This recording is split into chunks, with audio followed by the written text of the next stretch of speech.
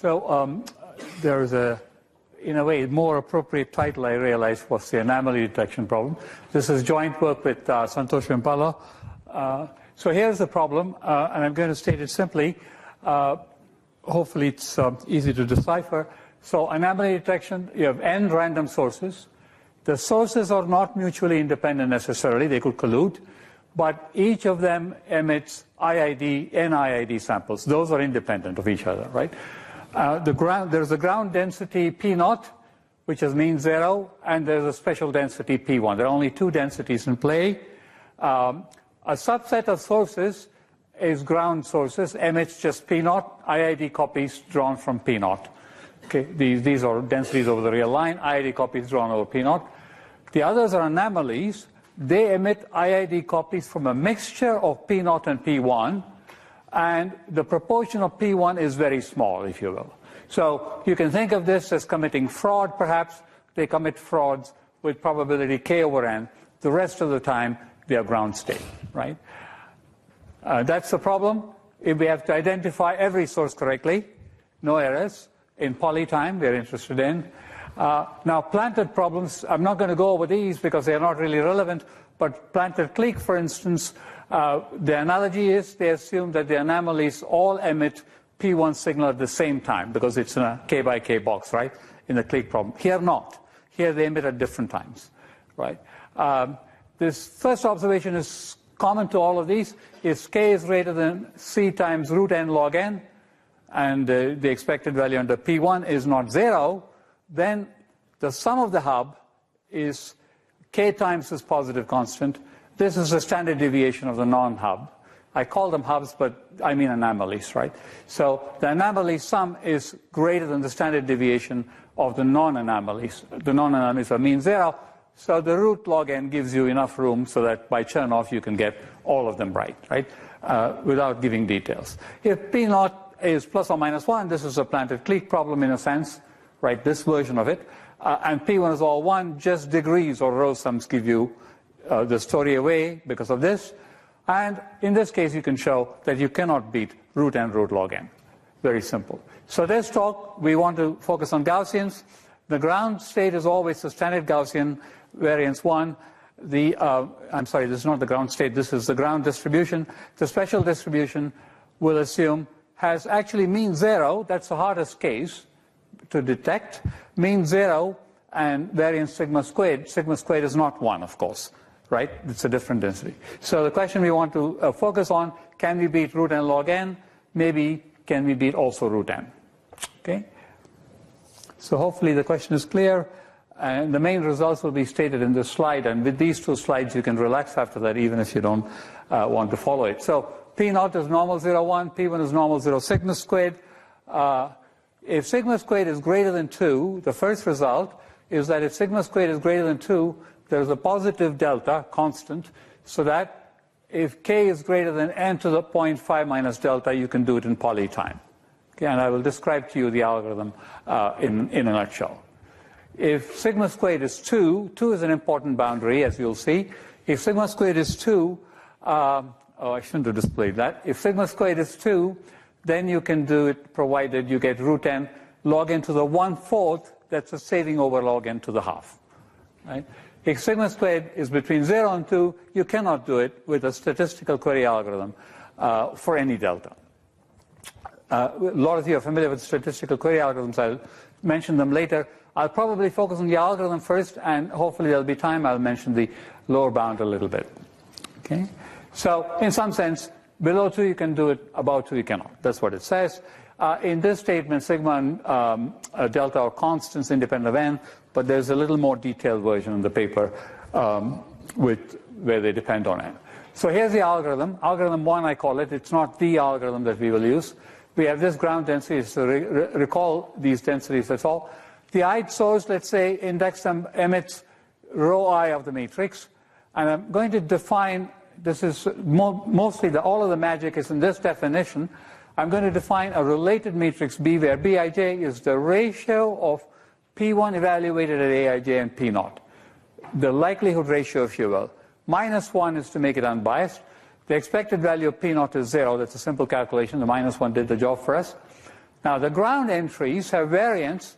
I can calculate that variance. It's this quantity, right? And that's a chi-squared distance, standard chi-squared distance between the two distributions, P1 and P0. The special entries also have something to do with chi-squared. Again, a simple calculation. These are, this is also the same. But this is the mean, that's a variance. Okay? That's simple to see. Now, if the mean of the special entries, anomaly sum, is greater than the standard deviation, then we would then, okay, let's see if that happens. The nice thing is it's chi-squared here and chi there. For sigma squared greater than or equal to 2, we can check. There's a simple calculation that chi-squared is infinity. So this is infinity squared, that's infinity, right? So therefore, this should be true, but obviously it's not a proof. Conjecture is that this simple algorithm works.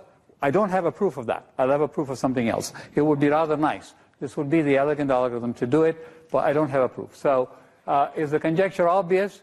Here's the calculation for chi-squared. It blows up sigma squared 2 or more. So the conjecture can be stated as follows. You have these are the anomaly things, and you subtracted 1 after taking the ratio. These are the non-anomaly things. Again, you did the same thing. We know that the expected value of the anomaly sum is much greater than the standard deviation of the non-anomalies. Is it true that with high probability, these sum is greater than that? I don't know proof of that. The reason is the concentration is pretty hard because these are really fast-growing random variables. We truncate the random variables, so the algorithm is, the algorithm truncates at m, and the theorem says more detail of what we said earlier, but just truncated m. Here's a proof in a nutshell. You have truncated. You want concentration about 0 for IID, Bij. Helfting won't do because these are very big variables. The likelihood ratio is exponentially large in log n, so it's n. So it turns out it's not so easy. Friedman's inequality gives you something, but doesn't. You have to use an inequality I proved 4 or 5 years ago in some Fox or Stock. And I'm going to state that inequality before I finish. So you have mean 0 random variables. You want to prove concentration of the sum. Now, assume that some scaled version of moments is worst for variance. The variance is the highest thing, right? Then the theorem is that then you get sub-Gaussian behavior, okay? So this is the theorem we use because the moments are easy to bound. I'm going to indicate to you a lower bound in 1 minute. It's for even the planted version, which is a special case, so the lower bound is stronger. Statistical algorithm, I won't define that.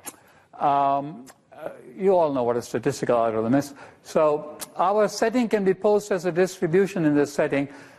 And the only thing I want to mention out of this is this paper, Feldman and all, prove something about lower bounds of statistical query learning algorithms. And the lower bounds depend also on the chi-squared distance, which is what we used for the algorithm. So it's the same quantity that plays a role in both the lower and upper bound. So that leads me to the open problem that I'll mention in the next slide. So this is a statement of the theorem in detail of the lower bound. So that theorem, they use it mainly for discrete distributions. We have to extend it to continuous ones. That's not a big deal. But these, we have to compute the chi-squared distance properly, and that's all that is done here, right? So, open question. So we prove that this particular entry-wise function works, and there's a mystery to the likelihood ratio. It is the best possible function. Okay? That's simple to show. I won't show that, but that's simple to show. That's why we use it. Conjecture. A more general theorem based on only whether or not the chi-squared distance converges should work. I already stated one open problem, which is the conjecture, which is the elegant algorithm. That would be one. This would be another one to prove. You can assume some conditions, but not too many. A milder version of this conjecture is generalize it beyond Gaussians. That would be nice. It also would be nice to prove lower bounds on the lines of planted-clique for algorithms which do not apply entry-wise transformation. So all planted-clique lower bounds, by the way, disappear as soon as you apply entry-wise transformations. Okay, so that's one crucial thing we're doing here. So let's not allow that and see if you can prove lower bounds. There is a lower bound for Gaussian case. For the planted case, I won't state that. That's more for biased means rather than standard deviations. And then beat the root n for P1 when you have a biased mean rather than a biased standard deviation, right? That's it. You didn't show me the 0, right? It was a good sign.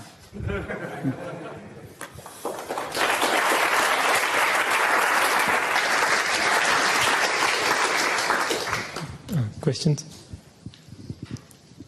Okay. So do we know that, say, k-means type of algorithm or EM type of algorithm won't work here? I'm not sure that I know that it won't work, but it's difficult to imagine it working.